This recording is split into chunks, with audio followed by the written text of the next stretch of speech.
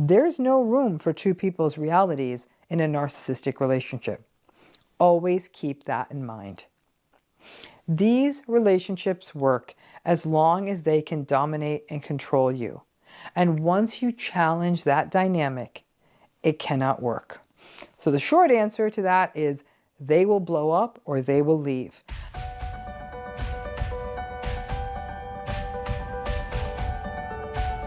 We're going to continue talking about those red flags for narcissism. Remember, red flags, early detection system, pay attention. Have you ever noticed this happen with somebody who's narcissistic? They get bent out of shape when they realize that they're not special.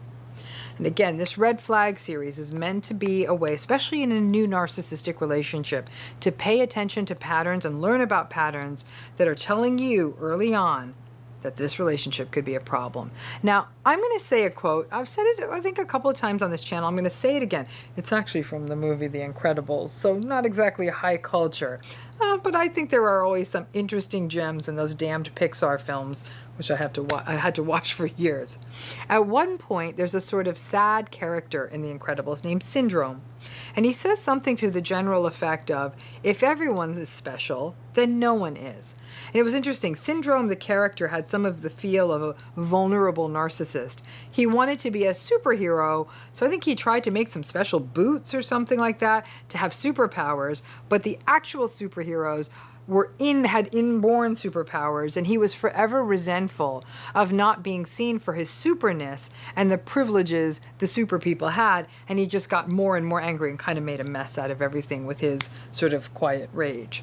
The line stuck with me, if everyone's special, then no one is, because obviously one from a sort of happy rainbow place could argue, or joyful unicorn place could argue that everyone is special and unique. But perhaps maybe the true anti-narcissist line is, even if everyone is in their own way special, everyone should be treated the same and subjected to the rules in the same way. Now, the core of entitlement, and going one step further, entitlement is one of the cores of narcissism, is that someone believes that they are special. In fact, more special than others, and as a result, they should be accorded certain privileges that other people don't get. And that may mean that they believe the rules apply differentially to them. They should not be punished if they do bad things the same way others should be punished if they do those bad things, or the rules should apply to other people but not to them. There is an inherent hypocrisy and delusion built into entitlement. When a narcissistic person's entitlement gets challenged and a narcissist is not being seen as special, then shame and inadequacy get activated, and rage always follows. So as a red flag, this idea of not being special can come out in a few ways. Some of this resonates with another concept that we've already talked about as being a red flag for narcissism, which is their inability to cope and their reactivity in situations in which they're frustrated or disappointed or stressed. At the time those things happen, it's a sort of reminder that they aren't special, right? Because only ordinary people get frustrated. I shouldn't have to put up with that. But the red flag of not being special, especially in the earlier phases of a relationship, can come out in a variety of ways. For example, you're early in a friendship or relationship, the ways it can come up with is that they have to wait in a line with everyone else, even when they are a regular or a VIP at a given business or venue, when they don't get to board an airplane ahead of other passengers, when they don't get the special labeled parking spot right in front of the building, when they're not able to get into the nightclub or other hot spot that has some sort of person at the door deciding who is getting in or not. When I am talking about special, I'm not talking about the specialness that is related to human uniqueness, or, for example, doing something that's very special and kind, like, I don't know, like making someone a special homemade birthday cake. By special, I mean it the way narcissistic people see it. That they are so special that they should get special privileges and perks that other people don't get. I guess the other people don't get them because they're not so special. So when that specialness balloon gets popped because the narcissists are treated like everyone else, look out. The things that follow tend to be rage, irritability, reactivity, maybe all kinds of other sort of noisy, clangy, reactive behaviors. Things like, I'm going to write a terrible review online about you. I'm going to put something on social media. Or some of those other kinds of dominant, shaming, posturing behaviors. Things like, when I'm done, you're going to be out of business because nobody's ever going to want to come here again. Or they will threaten to file grievances or lawsuits to punish you because they weren't treated as though they are special. This whole idea of being special, red flag, can also be activated in a different direction if they feel someone is being seen as more special than them. As you know, I'm based in Los Angeles, the celebrity mothership, and so people's belief in their specialness is on steroids in LA.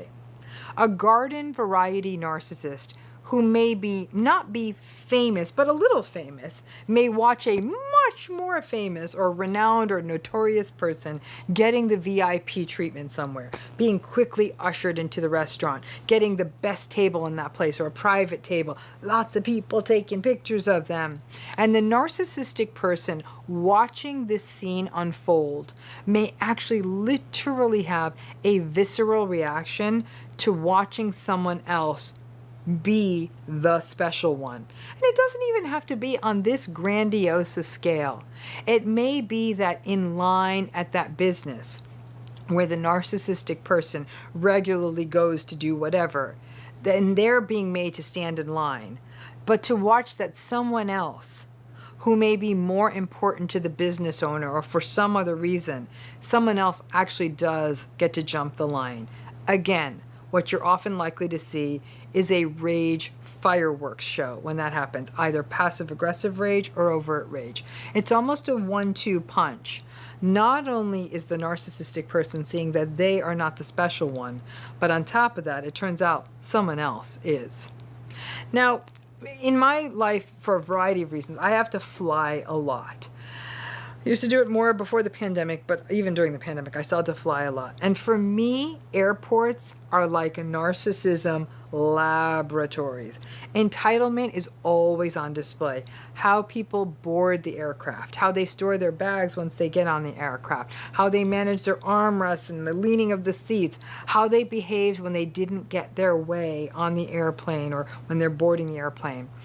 And how they behave in the rushed experience of the airport or in the rather tight, uncomfortable confines of the airplane. When people's specialness was not being recognized, then that is when you'd see more of this angry behavior emerging. There's actually very interesting research out there that shows that when people have to walk through the first class cabin to get to the coach cabin, that there are more incidents of air rage on those flights than if the coach passengers board right into the coach cabin.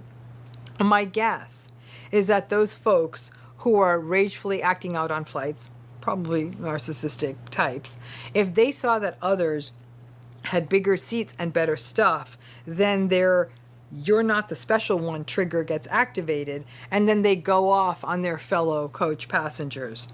Red flag. Now, to identify this red flag, look for things in a person like them bristling at rules that everyone else has to follow, having contempt for rules that have been set, and always trying to find a way to work around those rules or skirt them or bend them or even break them. Asking to speak to the manager or other authority figure if they aren't getting their way. A person's volume rising as they try to get their specialness seen, or a lot of sullen, clangy rage if they're not being seen. Also pay attention to how they may be reacting to someone else getting special treatment. Is there anger, disparagement, contempt, or a disproportionate reactivity if they see someone else getting better treatment than them. If the rules are bent for everyone, then why should we even have them? We are definitely in an era of entitlement where everyone thinks that the rules are great for everyone else, just not for themselves. And if we do that, that's called anarchy. But the bad behavior that can follow confirmation that in a given situation that someone is not special can be a very important red flag to pay attention to. So if you're in a new kind of friendship or relationship and you see that somebody gets bent out of shape when they're not the special one, file that away. You probably might be dealing with a narcissistic situation. What's the best way to reject a narcissist? So this is one of those subtle videos that came to me in the middle of the night, as they often do, and I jotted it down on a piece of paper. So you're not going to like this video because it's going to be like, oh, this is so feel good, but it's not really. What's the best way to reject a narcissist? Accept yourself. Now, I know that sounds like something that cutesy that belongs on a cute Instagram post, but let me break it down before you just tune out. Narcissistic abuse works because they, in an almost parasitic way, overtake your sense of identity, your sense of self, your preferences, and you. And because of that, by the end of the relationship, you're basically sort of living in their service, walking on eggshells to avoid setting them off, convincing yourself that you do like the same things as them to avoid conflict, accepting the toxic conditions of the relationship and justifying it, and clipping away at your ambitions. Basically, to make the relationship work, you stop being you. So, what if you didn't? What if you held your ground on being you? If you do it early enough, the relationship simply won't work if it's a new relationship. They will get tired of not being able to dominate you. Now, what if you try to do this in an existing relationship? It's not going to be so easy because you're going to be baited, gaslighted, devalued, dismissed, invalidated, and mocked, and you'd have to really white knuckle that. And then you have to be prepared for rejection and abandonment because they're not going to, odds are that they're not going to stick around. But if you're willing to have that happen for them to go, then accepting yourself is actually the healthiest path forward. Think about it. If they tell you that you are crazy or remembering things wrong or lying or invalidating or gaslighting, you may say, I'm not listening to that. It's not an accurate characterization of me. Then they would mock you. And you could say, nah, you know what, this exchange is disrespectful, and then step away. They will fume, they will rage, they will tantrum, and this will go on for a while. They may criticize what you do, or what you wear, or what you eat, or what you watch, and you may say, well, no, I think I did that well, or I like this dress, or I love this kind of food, and this is a great show. You accept you. You don't try to defend it. You don't try to engage with them. You accept what it is, what you like, what you're about. Now, I know that this is basically the triple black diamond of taking on a narcissist. And you're just a beginning skier because most of us don't know how to accept ourselves after multiple stints of narcissistic abuse. We still doubt ourselves. But at a minimum, we know if we like a TV show or we know if we like the taste of a particular food. Accepting ourselves means not getting into an argument about what we know. If they say the sky is green, then you say, enjoy that. That sounds pretty. And then you let it go. If you experienced narcissistic abuse as a child, this is really hard. It can feel pretty damn near impossible because the first phase of healing is finding you, often for the first time, not shaming who you are or rejecting yourself or feeling like you have to shapeshift to be loved. That takes a minute. But as you get better at it, you find that as you accept yourself more, that narcissistic family or those narcissistic family members become less interested in you and you may get cut out of the system. Actively rejecting them is not easy. It means fights and conflict that can get really cruel and uncomfortable. Accepting yourself is a far more serene and self-preserving path to take that will pay dividends. It's sad that the best way to dump them is to accept you, but it's almost like repellent to them. You accepting you doesn't work for them. So try it and see how it works out for you. And the good thing is, like I said, the ultimate dividend is you don't have to actively reject them. That can feel painful and difficult. It may not be in line with who you view yourself with as an empathic, compassionate person. But accepting yourself is always a good way to go. But be prepared, the more of it you do, the more likely they are to either mock you or cut bait. So let's face it, everyone in toxic relationships is told one thing: set boundaries, right? In fact, everyone in every relationship is told to set boundaries in all of their relationships, family relationships, intimate relationships, workplaces, relationships, friendships, right? Boundaries is a big issue, right? Boundaries means being clear on issues ranging from time to communication to sex, anything, to give ourselves permission to set a line, to feel safe, and to communicate that line, right? I'm guilty of this, right? It's one of even the elements of healing I put out there is giving the guidance that you should attempt to set boundaries in a narcissistic relationship. In some ways, it's a test. And once you see the narcissistic person will ignore or continue to violate the boundaries, please view that as a bit of a wake-up call. I know that the boundaries won't work, but many people want to rule everything out before they think a toxic relationship is absolutely done. So you set the boundaries. You actually may get stronger. You might get stronger through therapy, maybe because you've been educating yourself about narcissism. Maybe you just get stronger from sheer exasperation, but you get stronger, you follow the guidance, and you really finally do it. You set the boundaries. And then, you know what the narcissist does? They call you controlling. I hear this over and over again from people who attempt to set boundaries in their narcissistic relationships.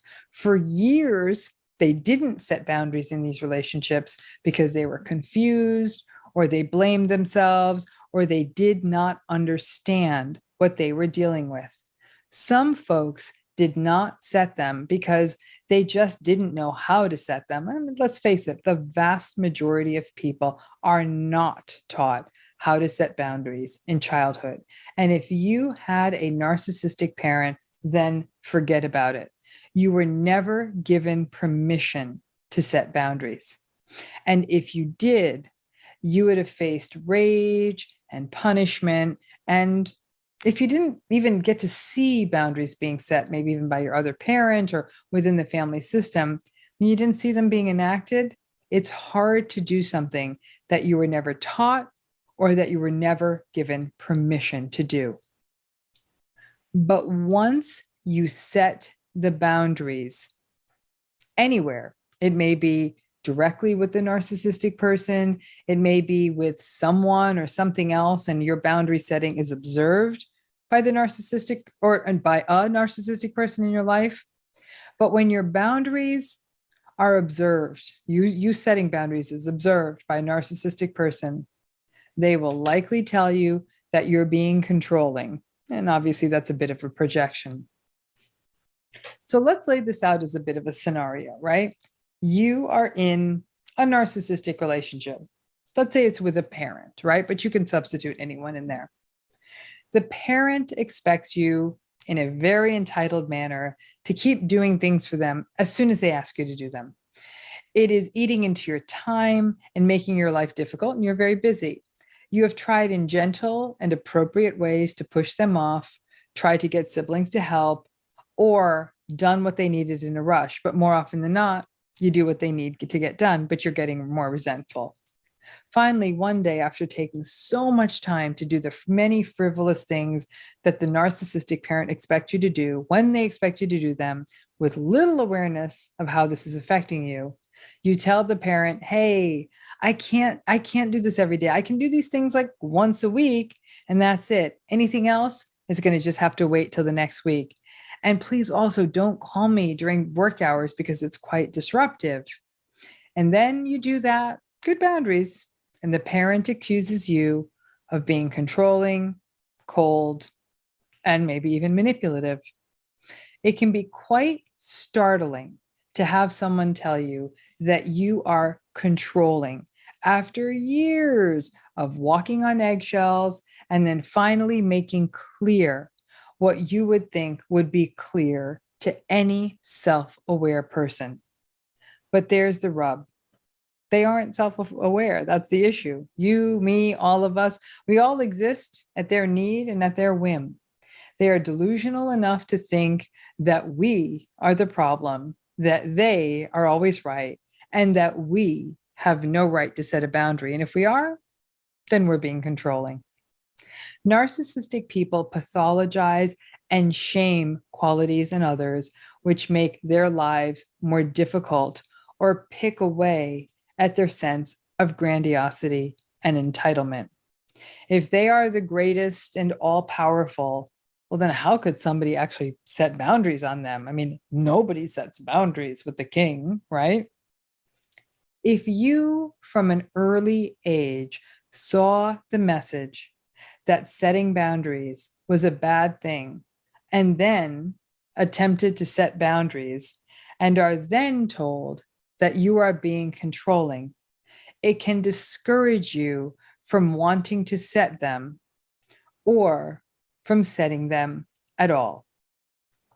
Narcissistic people find that shaming and calling you crazy works, and these comments often will stop you from engaging in the behavior that's inconveniencing them. So it's a really, really clever manipulation, isn't it? Setting boundaries with narcissistic folks will not result in them changing their behavior or honoring the boundaries, but it will perhaps result in you opening your eyes wider to what you're seeing. I know that some people don't set them because they are afraid of the narcissistic person's rage, or they are afraid of losing the narcissistic person from their life. The narcissistic relationship is often about all of us holding back because we are afraid they will disappear if we ask too much or set a boundary. That is your work, because this is an unhealthy space. And for all of us to work on unpacking our trauma bonds to help diminish the power of the narcissistic folks in our lives. As a result, many people in narcissistic relationships, often in order to survive, will find themselves immersed in denial. By not setting boundaries, you don't then have to see how bad the narcissistic relationship is. But once you do set the boundary and witness their reaction, it's a painful and stark reminder of how dysfunctional the relationship is. It can be easier to not set the boundaries at all and remain in denial, because once you set the boundaries and see what it really is about, the grief can be overwhelming. But that, in the long run, is not good for you. So with boundary setting, start small. Start practicing boundary setting with the healthier people in your life who will be willing to respect the boundaries, and then start building up those boundaries in other areas. It can be painful to witness what happens in the relationships when you do set boundaries. But even if you stay, at least you will do so with your eyes wide open and not believing that this is going to change. And no, setting an appropriate boundary is not controlling, no matter what they say to you. So here's a question. What do you think narcissistic people do once they lose control of you? Drop your answers in the comments. I think some of you already know the answer to this because you're living it. The primary dynamics that drive a narcissistic person in a relationship are power, control, and domination. And the narcissistic person uses the relationship as a source of validation. If those needs are not being met or cannot be achieved, that is a contributor to the volatility of these relationships. So, if you are in a relationship with a narcissistic person and do get more power or control or exert your autonomy, the narcissistic person is going to react badly. So here's some examples of this. One could be that you're the adult child of a narcissistic parent and you no longer need them for money or housing, or you make your own way in the world and they were using money to control you. You are in a narcissistic relationship and you get a promotion or a new job that may put you in a more powerful or well-paid position. Or you leave an abusive, tyrannical, narcissistic boss to take another job or start your own venture where they cannot control you in the day-to-day anymore. The responses to this can vary. In some cases, you will see the narcissistic person try to keep you small, tell you that you're probably going to fail, or that you're kidding yourself if you think you will be able to pull this new thing off, or that this success of yours is temporary or fleeting, or that you better be careful what you wish for because it may all be a big disappointment and won't you feel foolish when it all falls apart. In some cases, you will see that vulnerable victimization we so often see in narcissism. Oh, woe is me, will say the narcissist. Everything goes your way. I guess you won't need me anymore. I guess my life has just been so unlucky. Things come really easily to you. I always have to work hard for everything I get. That kind of thing. In other cases, you may experience abandonment. They may want to leave, say they want to leave the relationship and cut you off, or give you the silent treatment, or even imply that maybe this relationship won't work because you will be so busy in your new job. Or they may go full on revenge on you. This may be, for example, a smear campaign by that tyrannical boss who tries to badmouth you and badmouth your new endeavor, or talking with other people about you and saying bad things, or holding back on a piece of information that you may need. They will actively try to sabotage you. Remember what healing is about in these relationships. Finally crawling out of the subjugated space that you had to remain in to keep this relationship going. Silencing yourself, making yourself smaller, pretty much clipping your own wings, not individuating or developing your own autonomy of any kind. But healing also means, as you individuate, that you will incur the wrath, displeasure, or frank abandonment by the narcissist. Your growth is not something that the narcissistic person can tolerate, especially because it means they're going to lose their power and their control. So when you slowly slip out of their control, you become an object of contempt. You stop being supply. You're a headache. And they want to put you back in your subjugated place. They want you in the service of their ego, not growing as an individual yourself. Narcissistic people do not like relationships that they cannot control, which is often why they are so focused on getting into leadership positions. By being in charge, they can control. And that could be everything from being the shift manager at a fast food restaurant to the CEO of a corporation. It's all about control. Might be small scale, might be big scale, but it's control. When a narcissistic person senses that they are losing control of you, you can expect this entire litany of reactions, and they may shapeshift and shift strategies too. Some vindictiveness, then victimhood, then abandonment. It can be a painful realization and a difficult part of healing that your growth, your advancement, your aspiration, you simply becoming you, was never going to be allowed in this relationship. You may have suspected it, but when it really happens, you see it. Many people who are very trauma bonded in these relationships know that the implicit message is that if you grow, they will leave.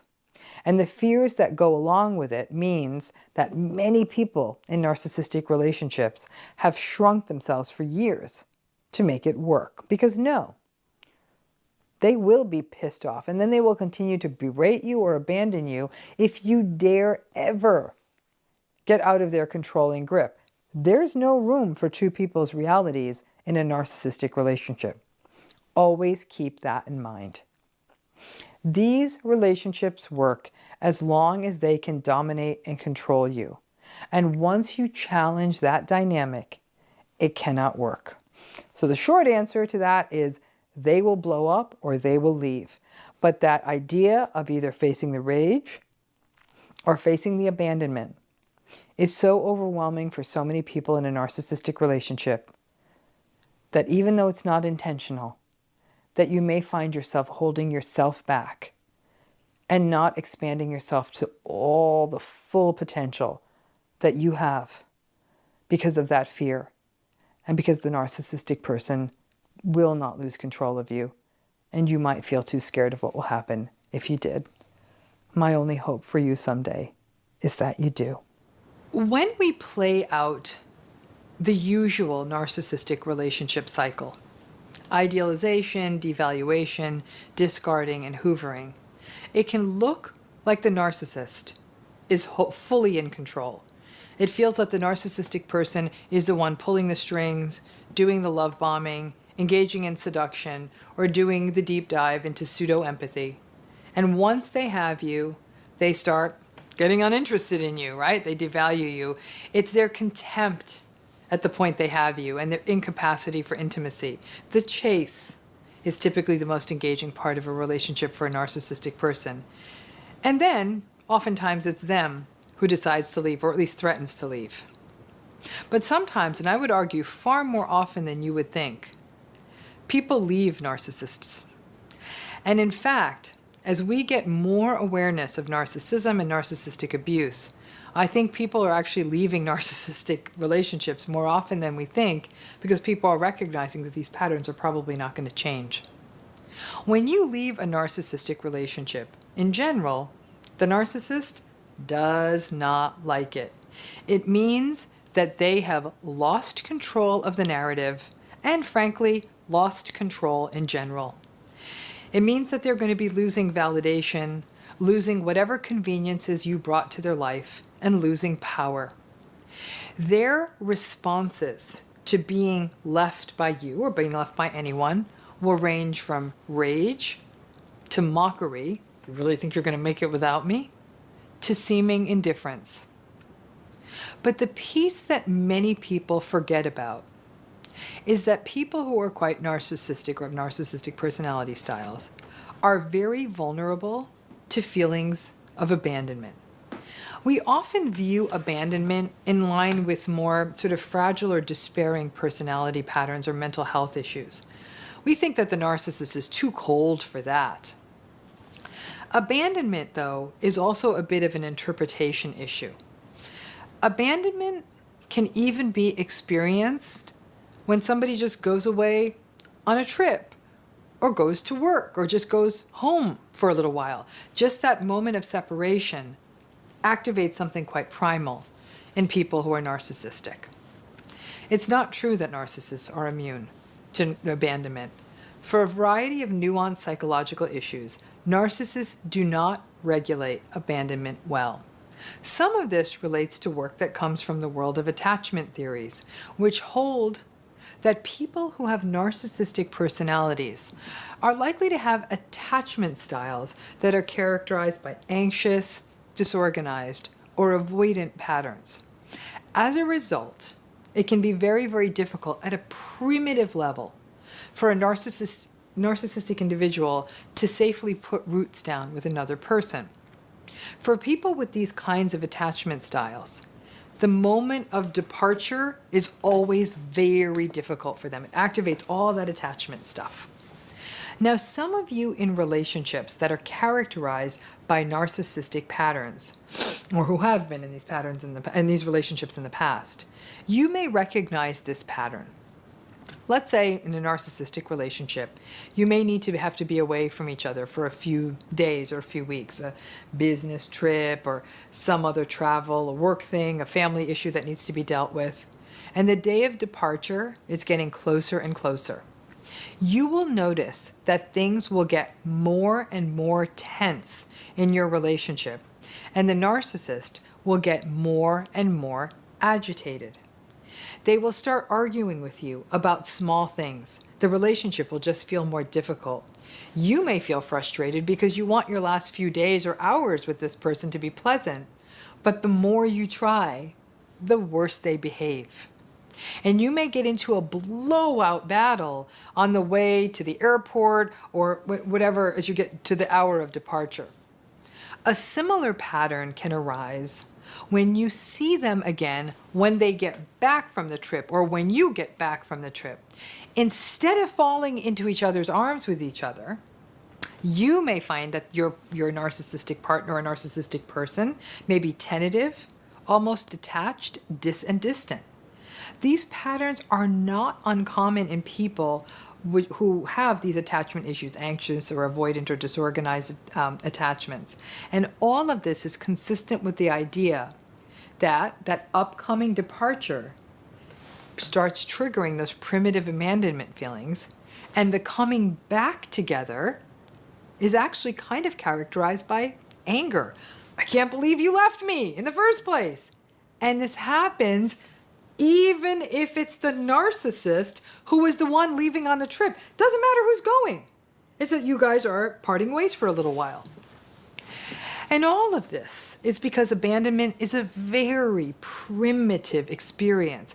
It's not an adult goodbye, see you later, I'll call you when I get there, and you feel confident that you will see them later. It's the terror a baby feels because it doesn't understand that their caregiver is something separate from them, and they can't understand what happens when that person leaves the room. It's like a part of them goes. It's primitive, and the narcissistic person as an adult is obviously not in touch with this. As a result, when somebody in an adult relationship with them is going away, or they're going away for hours, days, maybe in some cases forever, internally, they experience it as a cataclysm. Now, people with antagonistic personalities are high in a quality called rejection sensitivity. The experience of rejection for them is emotionally unsettling, and they are often quite hyper-reactive in the face of any kind of rejection, even someone not wanting to come to their house for dinner. This is sort of a lower grade level of abandonment fear. It may not be as big, but that rejection sensitivity can explain some of the excessive reactivity that rises in any form of criticism or, again, not showing up. You say, I can't come to lunch today. They may interpret that as a really primal loss of love or regard. Now, outwardly, despite all of this fragility, it's a different story. Remember, a person with a narcissistic personality does not like to look weak to other people, so they will deny the impact of these departures and are actually more likely to rage against you because you're the person who has activated these uncomfortable feelings they don't understand. Then they are going to be wanting to understand them. You may be so used to them being the controlling, dominant one in the relationship that you are surprised that they are becoming so fragile in the face of an upcoming or even possibly sort of threatening separation to them that doesn't even exist.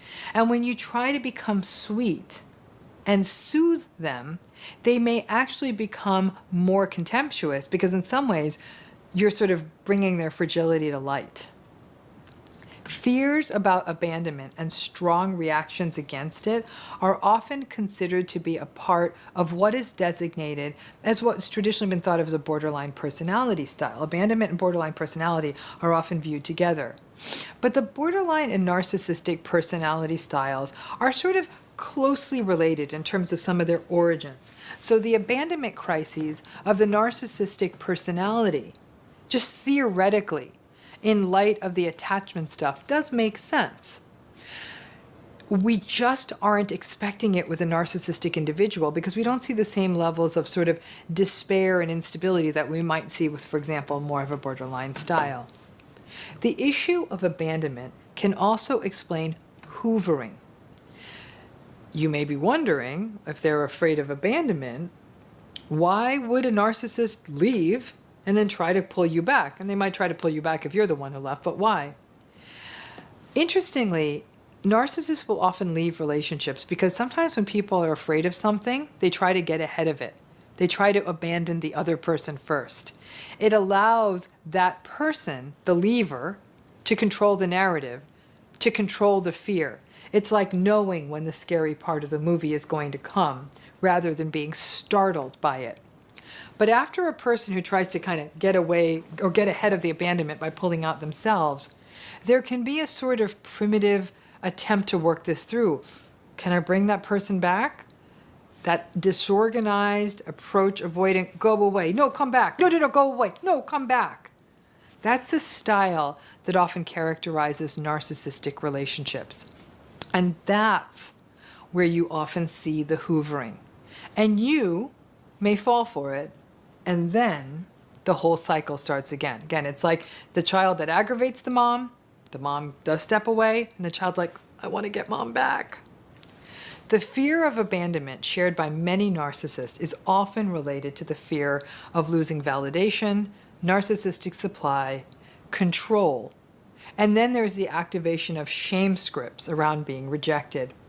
And when you think of it that way, it may make more sense. But all of this adds to the roller coaster quality of any relationship with a narcissist. So that begs the question, what's the antidote to abandonment? How do any of us keep our abandonment fears at bay?